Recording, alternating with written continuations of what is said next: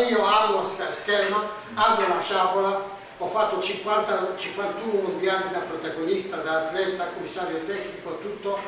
Questa è la mia passione e volevo fare qualcosa, esprimere la mia esperienza e mia conoscenza di maestri migliori del mondo che io stimo. Storia della scherma. Perché uno come me non esiste, 14 Olimpiadi, 51 mondiali. Je suis le maître Christian Boer, entraîneur de l'équipe de Chine, formé à l'Institut national des sports, l'école française d'escrime, où j'étais professeur pendant 12 ans, puis entraîneur de l'équipe de France, entraîneur de l'équipe d'Italie et maintenant entraîneur de l'équipe de Chine.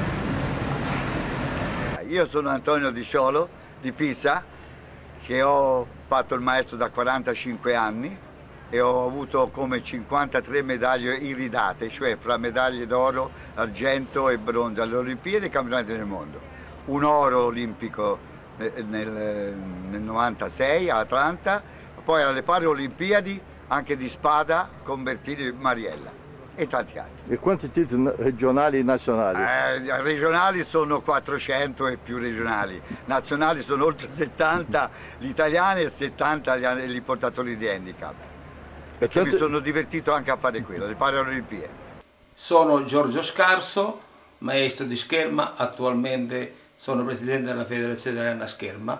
Ho frequentato 3 anni di corso dal 1970 al 1973 presso l'Accademia Nazionale di Scherma Italiana, presso la Scuola di Educazione Fisica, e da 20 anni insegno scherma.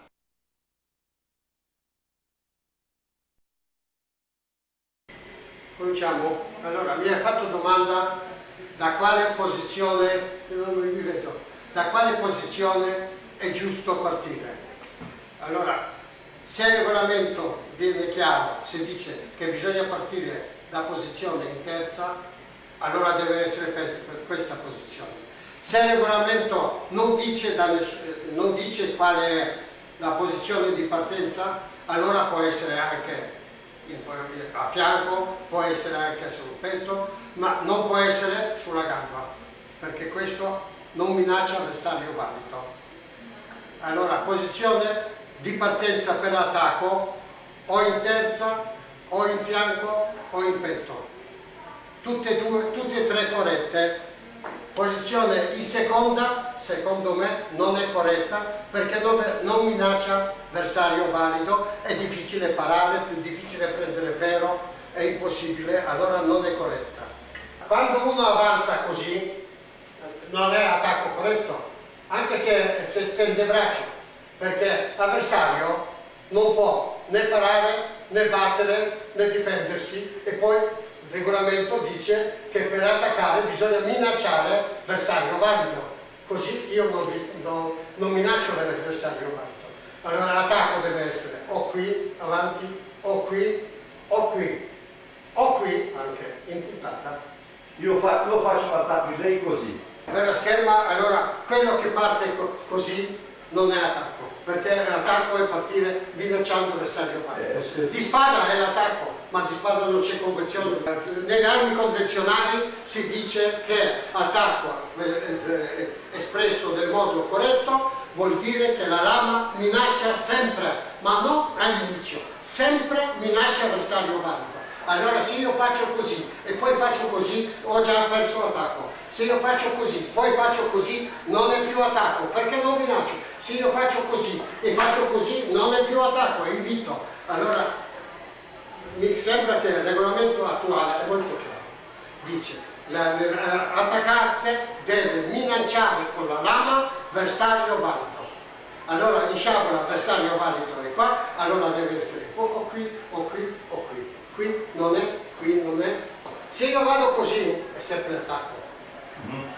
Sì, ma se io vado così? No, allora non minacci l'avversario. Sì. Non minacci l'avversario, perché se vuoi attaccare di punta, allora devi andare dove c'è l'avversario valido. Se vai qui non è più attacco.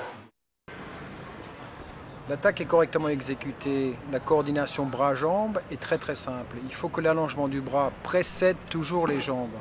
Il faut que la main soit toujours en avance sur les jambes. Dès que le bras s'arrête, ça devient une préparation. Quand le bras va en retrait, c'est encore plus une préparation. Il faut donc qu'il y ait une progression constante du bras. Il faut qu'il soit toujours en avance par rapport aux jambes.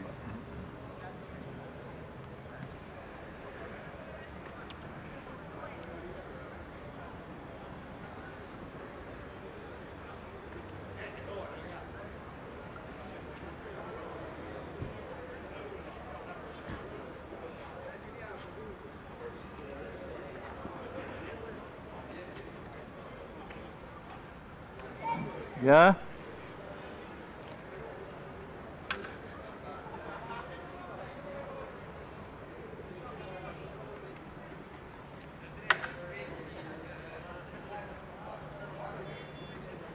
Tous les deux une autre fois.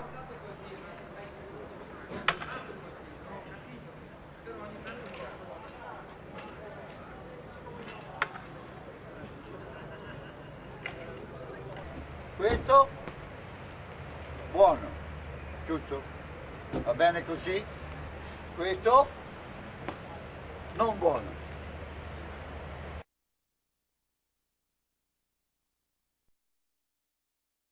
Quando lei fa un attacco con affondo, questa gente che fa con il braccio così, puoi spiegare questo? Se uno attacca così non è attacco, è invito. Lo può fare perché vuole che l'altro riparte in seconda intenzione per parare a rispondere. Se invece alla fine finisce, attacca quello che va incontro. Perché attacco, noi diciamo, il regolamento attuale dice, per attaccare bisogna andare avanti con braccio, ma non solo avanti con braccio, minacciando bersaglio valido. Allora se io vado avanti con braccio qui, vado avanti con braccio qui, non è attacco perché io non minaccio bersaglio valido. E se io faccio l'affondo, mi fa un affondo per favore? È così. Ma questo non è attacco, questo è invito. Questo invito è corretto schermisticamente. Perché? Perché io invito avversario di partire per parare a rispondere.